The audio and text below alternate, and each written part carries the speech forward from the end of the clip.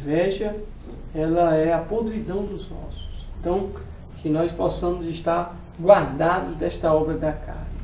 Vamos ler a verdade prática que diz: por meio de Cristo, Deus revelou-se de uma forma especial e definitiva ao seu povo.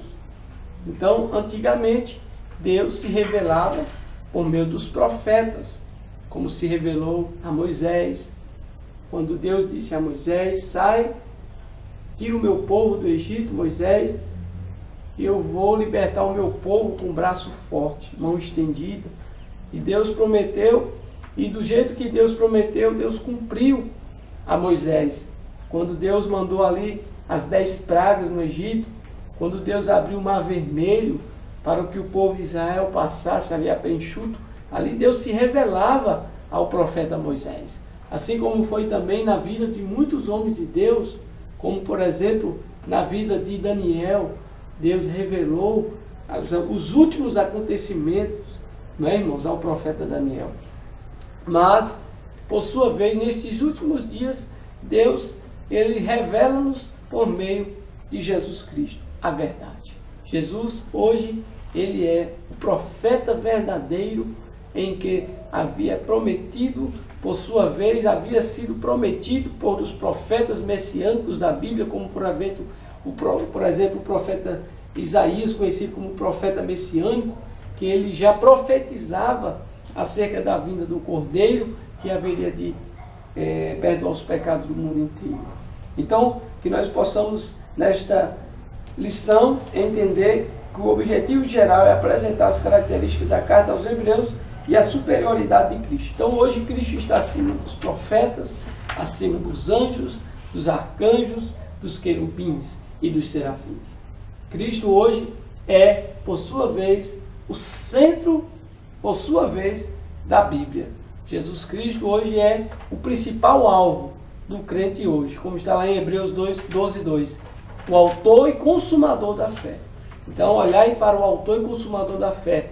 Não olhe para o erro do teu irmão, não olhe para o erro da tua irmã, porque a Bíblia diz que quem vai separar o joio do trigo é o Senhor da ceifa, que é o nosso Deus. Olhe para Jesus, o autor e consumador da fé. E olhe mais, não volte ao seu passado, porque a Bíblia diz que aquele que está em Cristo, nova criatura é.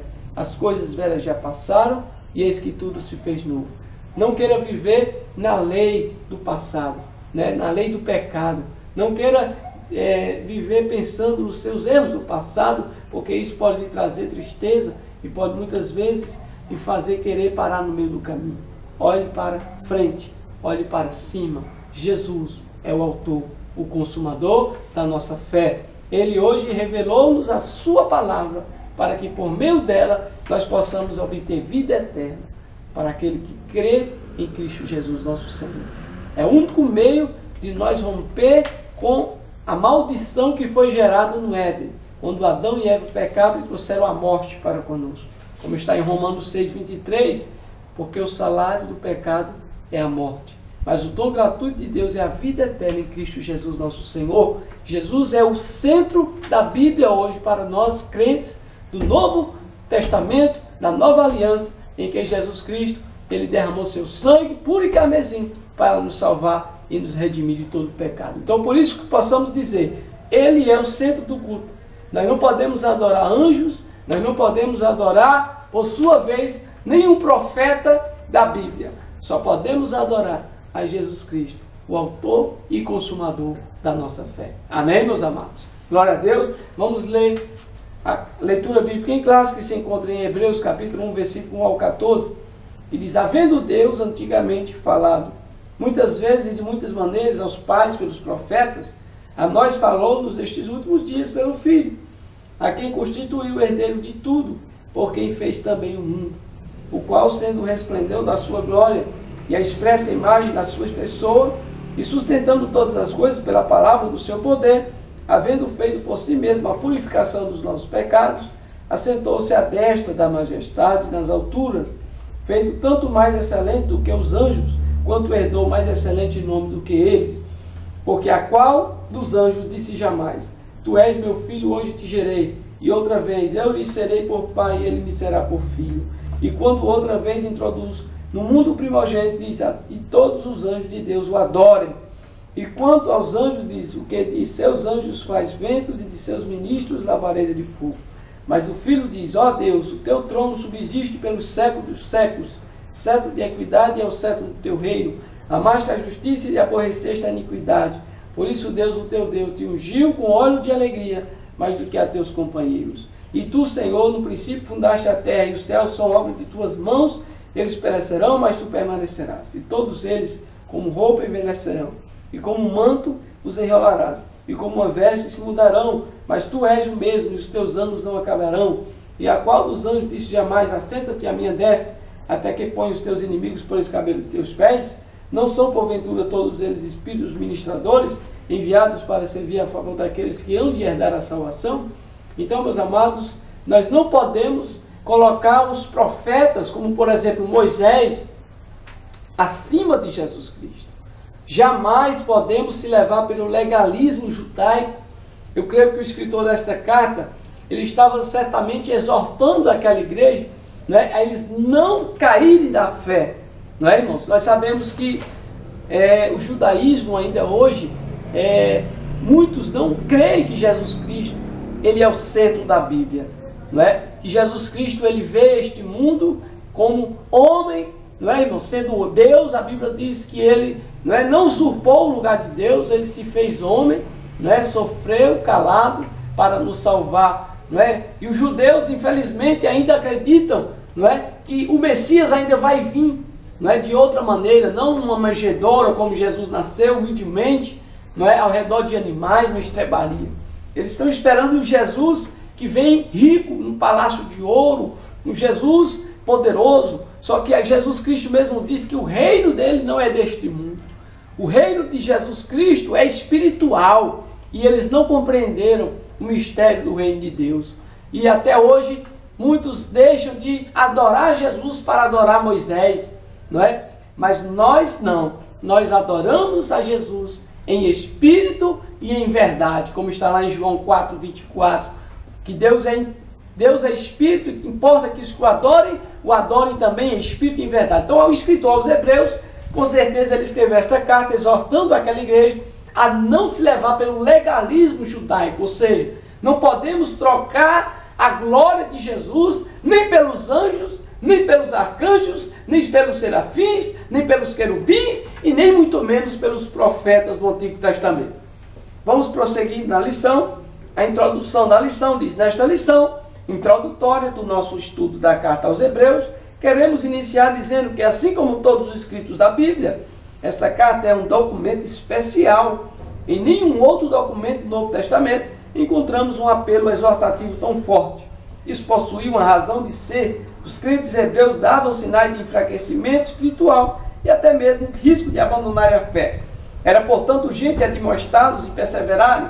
Jesus, a quem o autor mostra ser maior do que os profetas, maior do que todas as hostes angélicas, maior do que Arão, Moisés, Josué e até mesmo os céus, é nosso grande ajudador, nosso germano. Então, Jesus Cristo é o autor e consumador da fé, conforme está escrito em Hebreus 12, versículo 2. Ele suportou a afronta, ele derramou seu sangue sem merecer, para que eu e você hoje possamos, pela fé nele, obter a nossa vida eterna, obter a nossa salvação. Então, meus amados, com certeza, este primeiro trimestre vai ser repleto de um ensino baseado no cristocentrismo, ou seja, Jesus no centro da nossa vida. Jesus está no centro da Bíblia. Nós não podemos jamais se levar por ventos de doutrinas, nem por doutrinas de demônios. Porque o próprio apóstolo Paulo, escrevendo ao Timóteo, no capítulo 4, versículo 1, ele diz: mas o Espírito expressamente diz que nos últimos dias apostatarão muitos da fé, dando ouvido a doutrinas de demônios e a espíritos enganadores. Então podemos perceber desde já que qualquer doutrina bíblica que nega que Jesus veio aqui em carne e que nega que Jesus Cristo, ele ressuscitou dos mortos, esta doutrina é a doutrina do anticristo, como diz lá em primeira carta do apóstolo João. Jamais podemos aceitar qualquer tipo de doutrina que negue que Jesus Cristo, ele veio aqui em carne, ele morreu na cruz do Calvário por nossos pecados e ressuscitou ao terceiro dia.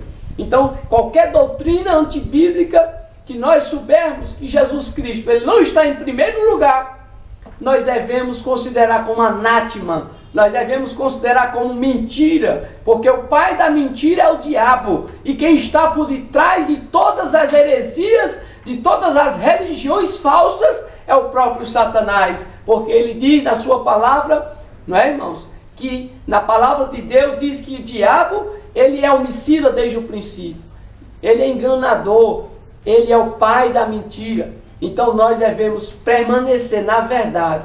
E Jesus mesmo disse, eu sou a verdade, eu sou a vida. Aleluia, glória a Deus. E ele diz ainda, ninguém vê ao Pai, senão por mim. Vamos para o tópico 1. Autoria, destinatário e propósito. Primeiro subtópico, autoria. A carta aos Hebreus não revela o nome do seu autor. Esse fato fez com que surgissem inúmeros controvérsias em torno de sua autoria. É certo que os cristãos primitivos sabiam quem realmente a escreveu. Todavia, já que por volta do segundo século da nossa era cristã, não havia mais consenso quanto a isso. Clemente de Alexandria, no final do segundo século, atribuiu ao apóstolo Paulo a sua autoria. Contudo, ao afirmar que Paulo a escreveu em hebraico e que Lucas a teria traduzido para o grego, passou a ser duramente questionado. As razões são basicamente duas. O texto de Hebreus, um dos mais rebuscados do Novo Testamento grego, não parece ser uma tradução. Por outro lado, o estilo usado na carta não parece ser de forma alguma.